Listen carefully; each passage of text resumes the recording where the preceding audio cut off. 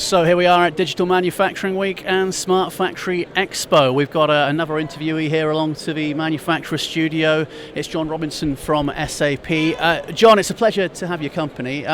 First question would be, how have you been enjoying the show so far? Yeah, it's been great actually.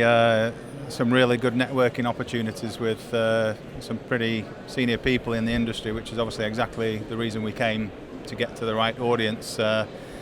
Which on a one-by-one basis over the last 2 years on virtual calls, etc., is a bit challenging. So great to be back actually amongst multiple human beings and able to shake hands and have face-to-face chats with the right sort of audience as well. Yeah, it's a good feeling, isn't it? You've recently sat in on the Manufacturing Leaders Summit, which I trust was interesting and engaging. Could you just explain to us some of the failings behind the traditional global manufacturing business model?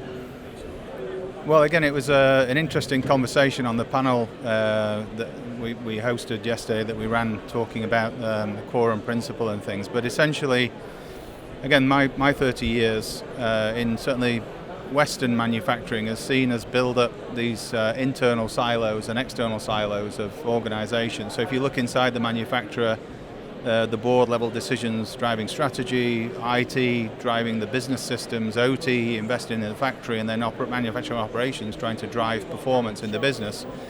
And essentially you have 4 silos of capability, but like cogs in a machine, they're not quite fully in sync with each other. And then in the external ecosystem of suppliers, it's a mirror image of the same problem.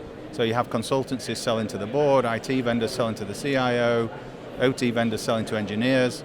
So you've got an internal and external silos, all bring great value, but they're not quite fully aligned, and that's the reason why we've sort of struggled to achieve the manufacturing performance that we have historically. Sure.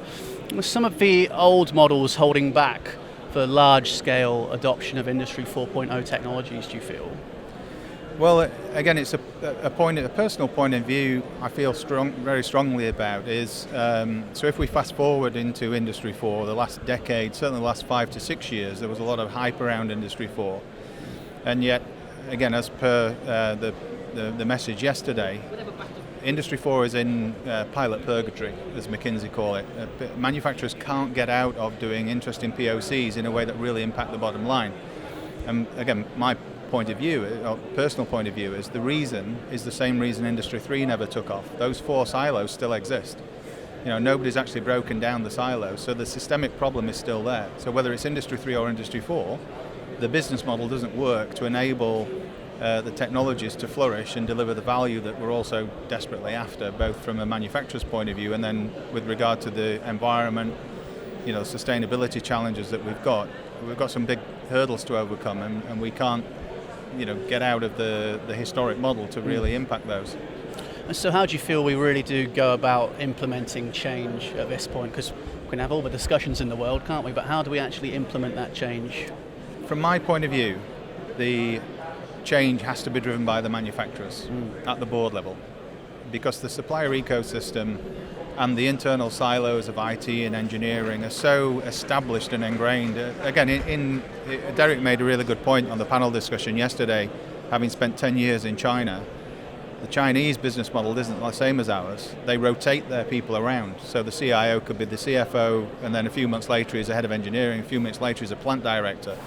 So they rotate their leadership around, and it gives them a holistic view of each other's problems and pain points. So then when it comes to solving the problem, they do it more in a collaborative manner. And from the 1950s onwards, we've built up these silos of competence, so we work in a very vertical structure. So the manufacturer has got to break that down internally, first of all, and it has to be a board level decision. It won't come from a department or a silo. You can't break the other silos from in a silo, so it has to be a board level decision. And then the board also have to demand that change from the supplier ecosystem. So SAP, Microsoft, Siemens, McKinsey, Accenture, you list Deloitte, all the guys here this week. The manufacturer has to break the paradigm by demanding that they want to work in a different way moving forward, where the vendors each collaborate and bring their respective values, and then I think we can make the breakthrough. And what's the value of this proposed move to a new model, do you think?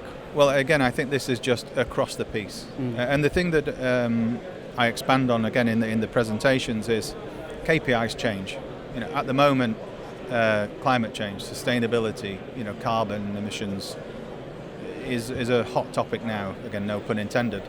But 12 months ago, we were in the middle of the pandemic crisis and had to deal with collaboration. Before that, we had Brexit. Before that, go back a few more years in my career, you had the financial crash in 2008. Before that, you had the dot-com. But it doesn't matter. The KPIs that change over time.